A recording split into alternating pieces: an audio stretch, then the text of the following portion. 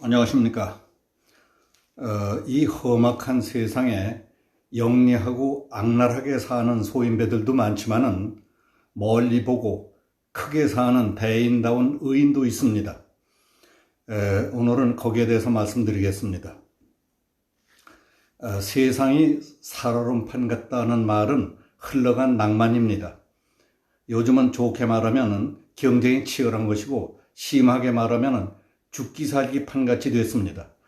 살면서 보면은 개인, 기업, 정치도 어느덧 너를 이겨야 내가 산다, 아니 죽여야 산다 하는 죽기 살기 판이 되어버렸습니다.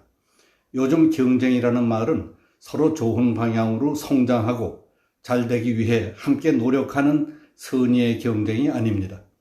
무슨 수를 써서든지 상대방을 이기는 것, 상대방을 쓰러뜨려야 내가 살아남는다는 의식이 강합니다. 지금 심각하게 논의되고 있는 4.15 총선 의혹만 해도 정치적으로는 상대방 몰살 작전이었습니다. 무엇이 두려운지 처음에는 서로 눈치들만 보며 마음 통하는 사람들끼리만 수근수근 하던 의혹들이 자꾸 확산되더니 이제는 여기저기서 튀어나오고 생각지도 못했던 기상천외한 수법이 동원됐을 것이라는 추측, 주장, 나름대로의 논리, 또 세계 권위자들의 입증과 논문까지 쏟아지고 있습니다. 우리 사회 분위기로 볼 때 언론이나 검찰이 제대로 밝혀내기도 어렵겠지만은 만약 잘못이 드러난다 하더라도 사실은 내가 했는데 죽을 죄를 졌습니다 할 수도 없게 되어버렸습니다. 너무 끔찍한 일을 저질렀기 때문입니다. 죄진 사람은 무슨 수를 써서든지 선거에 이겨서 공세울 생각만 했는데 여기저기서 떠드는 소리를 듣고 보니 시간이 갈수록 이게 워낙 큰 일이 되어버려서 주민, 국민 주권을 마음대로 농락하고 분노를 폭발시키고 국가를 통째로 망해먹는 일이라는 것을 보니 이제는 자백을 할 수도 없게 되어가는 것 같은 그런 분위기일 겁니다. 게다가 입만 열었다 하면은 저 꼭대기에서부터 저 아래까지 정치판, 공직사회, 기업인 할 것 없이 수백이 될지 수천이 될지 끌려가고 감옥 가고 집안이 쫄딱 망할 텐데 이러지도 못하고 저러지도 못하고 하여튼 끝까지 나는 모른다, 나는 아니다 하며 버텨볼 수밖에 없을지도 모를 겁니다. 내 실력껏, 능력껏 열심히 노력한 대가만큼 살겠다 하는 생각을 했더라면 좋았을 걸. 큰 거 한 건 해서 남보다 잘 살고 남 위에 군림하는 용이 되려다가 후회하는 일이 생길지도 모릅니다. 그런 사람들은 대개 아부, 아첨, 중상, 모략 등에 능란한 영리함과 수단, 방법을 가리지 않는 악랄함까지 갖춘 영리한 바보들입니다. 우리 사회는 영리하고 악랄한 소인배들이 행세하고 거들먹거리며 자부심을 갖는 풍조입니다. 이처럼 영리하고 악랄하게 잘 살려는 소인배들과는 정반대로 옳고 그른 것을 분명히 가리고 잘못된 것, 비뚤어진 것, 국가 사회와 후대의 교육까지 생각을 해서 욕을 먹더라도 할 소리를 하며 살아가는 의인들도 더러 있습니다. 바보 같지만은 다 함께 제대로 사는 일, 멀리 보고 크게 사는 대인들도 있습니다. 영리하고 악랄하게 열심히 사는 소인배들은 주변에 얼마든지 있고 보고 듣는 것이 그런 사람들의 이야기들이기 때문에 신선도가 떨어집니다. 그런데 오늘은 어수룩한 듯한 의인, 바보 같지만은 더 크게 사는 사람의 이야기를 하나 소개해 드리겠습니다. 펜앤마이크에 보도된 얘기입니다. 광주 5.18 민주광장에 세워진 전두환 치욕동상 관련 기사입니다. 5.18 단체들은 지난달 25일 서울 광화문 광장에서 있었던 광화문 광장에 있던 전두환 전 대통령의 동상을 광주 5.18 민주광장으로 옮겼답니다.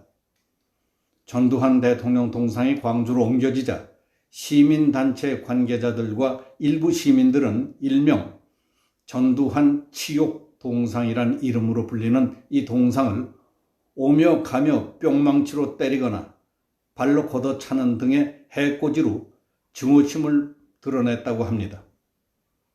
사람들이 동상을 뿅망치로 때리거나 발로 차기도 하고 욕하고 침을 뱉는 것을 본 시민들 가운데에는 대낮에 도시 한 군데에서 벌어지고 있는 부끄럽고 몰상식한 행태와 분위기에 반발하는 사람도 있었던 것으로 알려졌습니다. 특히 어린 자녀를 둔 한 여성이 그런 분위기와 관련해서 광주시청의 5.18 담당 공무원에게 전화를 걸어서 격한 감정을 쏟아내며 이를 강력하게 비판했다는 내용의 음성 파일이 지금 번지고 있답니다. 광주 상수동에 산다는 그 여성은 민주광장에다가 그 이상한 동상 누가 갖다 놨습니까? 아무것도 모르는 철부지 어린애들도 스트레스 받았다고 좀 때리고 가자고 하는데 그 어린 것들이 박매질하게 동상을 누가 갖다 놨느냐고요 하고 따졌답니다. 전화로. 그는 5.18 유공자가 아니면 광주에 살면 안 되나요? 전두환 대가리를 우리가 때리며 살아야 하나요?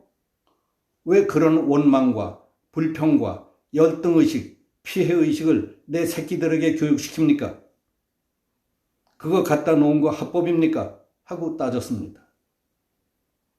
말씀 좀 해보세요. 내가 지금 심장이 떨려 말을 못하고 있다 하면서 5.18에 대해서 자기들이 생각이 있으면 우리도 생각이 있는 사람들입니다 하고 언성을 높였답니다. 그 아주머니는 여론을 장악하고 있는 5.18 관계자들에 대한 불만도 노골적으로 토로했습니다.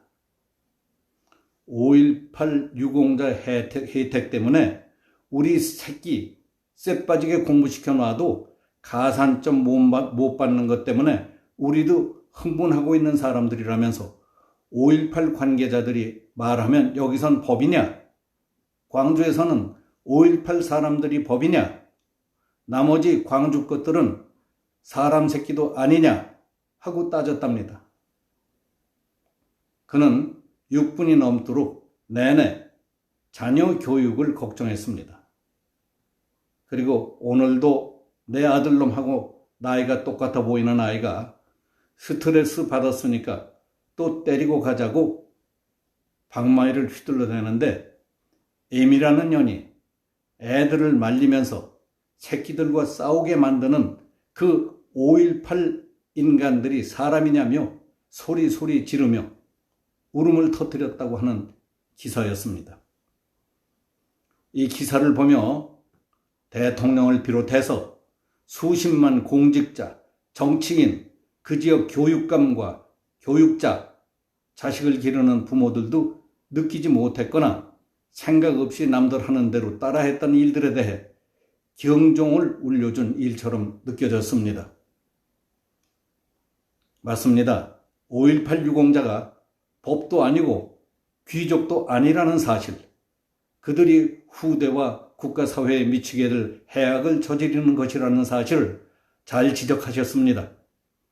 그런 잘못을 예리하게 지적하고 맞서는 용기와 지혜를 보며 저 여성이야말로 5.18 광주 유공자보다 더 큰 깨우침을 주는 어수룩한 듯 큰 의인이라는 느낌이 들었습니다.